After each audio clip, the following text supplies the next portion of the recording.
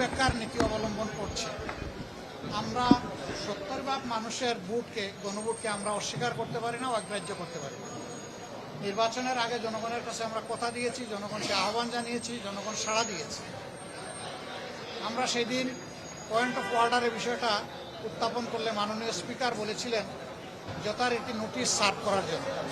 আজকে আমরা সেইভাবেই নোটিশ দিয়েছিলাম এবং নোটিশের উপরে আলোচনা শুরু হয়, নোটিশ পড়ে শোনানো হয়। তারপরে অনেক বাধা এসেছে, আপনারা হয়তো দেখেছেন, স্বাভাবিকভাবে না দেখার কথা না, দফায় দফায় বাধা এসেছে। সকল বাধা উপেক্ষা করে শেষ পর্যন্ত স্পিকার মহোদয় রুলিং দিয়েছেন যে এটা আগামী 31 তারিখ 2 ঘন্টা এটার উপরে আলোচনা হবে। এরপরে আলোচনায় কি হয় আমরা দেখব ইনশাল্লাহ। তবে আমরা আশা করব যে এখানে সরকারি দল তারা আমাদেরকে সহযোগিতা করবেন। আমরা সকলেই অঙ্গীকারবদ্ধ ছিলাম যে অর্ডারে জাতীয় সংসদের নির্বাচন হয়েছে সেই একই অর্ডারে গণভোটও অনুষ্ঠিত হয়েছে। একটা জায়েজ আর একটা না জায়েজ এটা হতে পারে না। জুল হারাম আর গুস্ত হালাল এটা হওয়ার কোনো প্রশ্নই উঠে না।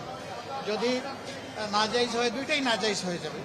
এই সংসদ স্বাভাবিকভাবে গঠিত হয়নি, একটা বিশেষ প্রেক্ষাপটে অনেক ত্যাগ এবং কুরবানি, অনেক রক্তের উপর এই সংগঠন, এই সংসদ গঠিত হয়েছে। তো আমরা এখন অপেক্ষায় আছি, 31 তারিখ আলোচনা হবে, আলোচনায় আমরা অংশগ্রহণ করব।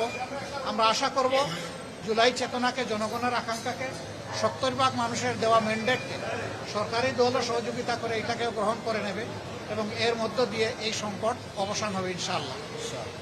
মাননীয় বিরোধী দলের নেতা, এর আগে স্পিকার আপনাদেরকে বলেছিলেন নোটিশ দেওয়ার জন্য, আজকে আপনারা নোটিশ দিলেন, কিন্তু আমরা দেখছিলাম স্বরাষ্ট্রমন্ত্রী সহ সরকার দলের কিছু এমপি আপনাদেরকে বাধা দিচ্ছিল বিষয়টা নিয়ে। এটা হওয়ার কারণ কি? কারণ আপনারা তো নোটিশ দিলেন।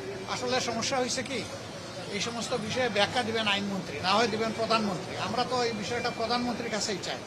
তো স্বরাষ্ট্রমন্ত্রী সাহেব প্রথম দিন থেকেই সব বিষয়ে তিনি নিজে একটা বক্তব্য রাখেন।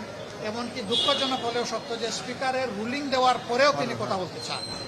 এইটা আসলে অনাকাঙ্ক্ষিত। আমরা তার মতো একজন জ্যেষ্ঠ অভিজ্ঞ পার্লামেন্টারিয়ানের কাছ থেকে এটা আমরা আশা করি।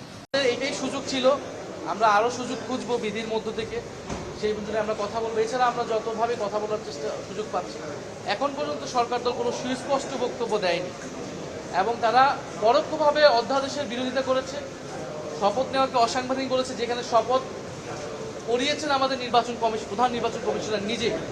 এবং আইনমন্ত্রী, আপনারা খেয়াল করে দেখুন, আইনমন্ত্রী একটা সাক্ষাৎকারে তিনি বলতেছেন যে গণভোট এবং অধ্যাদেশ, জুলাই সনদ আদেশ এগুলো হচ্ছে অসাংবিধানিক।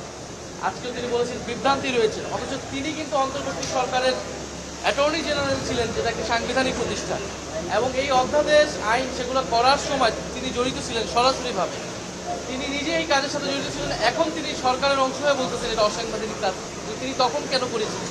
ফলে এই জবাবদিহিতা তাদেরকে আসলে দিতে হবে এবং আমরা আশা করব যে তারা দ্রুত সময়ের মধ্যেই গণরায়ের পক্ষে যাবে এবং গণরায়ের পক্ষে গিয়ে সংবিধান সংস্কার পরিষদ করে সেখানে সবগুলো সংস্কার বাস্তবায়ন। আমরা আজকে দেখতে পেয়েছিলাম যে স্পিকারের উপরে এক ধরনের আধিপত্য বিস্তারের চেষ্টা সরকার দল বা ট্রেজারি বেঞ্চের পক্ষ থেকে হচ্ছে। ট্রেজারি বেঞ্চ থেকে বারবার ইনস্ট্রাকশন দিয়ে দেওয়া হচ্ছে যে কী করতে হবে, কী করা উচিত। এবং স্পিকার রুলিং দেওয়ার পরে স্বরাষ্ট্রমন্ত্রী কথা বলতে পারেন না, কেউই কথা বলতে পারেন না, কিন্তু উনি দাঁড়িয়ে কথা বলে যাচ্ছেন। তাহলে এটা কোন জোরে কথা বলছেন? ফলে এই জায়গায় আমরা সমালোচনা করেছি। আমাদের একজন মাননীয় সংসদীয় হান্নান মাসুদ তিনিও বলেছেন তার এলাকায় একজন ধর্ষিত হয়েছিল শাপলাকলিতে ভোট দেওয়ার কারণে, সেটার কোনো ন্যায় বিচার আমরা পাই না। এবং সারা দেশে আইন শৃঙ্খলা পরিস্থিতি তো ভালো না। আমরা স্বরাষ্ট্রমন্ত্রী থেকে আইন শৃঙ্খলা জড়িত বিষয়ে কথা বলতে চাই। সরকার দলের কথা বলার জন্য সরকার দলীয় হুইপ রয়েছে, সরকার দলীয় সাংসদ নেতা রয়েছেন এবং আইনমন্ত্রী রয়েছেন। তো এত কিছুকে অতিক্রম করে কেন স্বরাষ্ট্রমন্ত্রীকে বারবার কথা বলতে হচ্ছে? তো এই বিষয়ে আমরা কথা বলেছি এবং বিধিনিষেধ যাতে সবার জন্যই সমানভাবে যোগ্য এবং ফ্লোর যাতে আমরাও এখানে পাই। আমরা যতটুকু স্টাডি করেছি যে সংসদের রেওয়াজ অনুযায়ী কিন্তু বিরোধী দলীয় নেতা যখনই দাঁড়ান তিনি কিন্তু ফ্লোর পান, কথা বলার সুযোগ পান। বিরোধী দলীয় চিফ হুইপ যখনই দাঁড়ান তাকে কিন্তু ফ্লোর দেওয়া হয়, কিন্তু আমরা দেখছি সরকার দলীয় চিফ হুইপকে বারবার ফ্লোর দেওয়া হলো।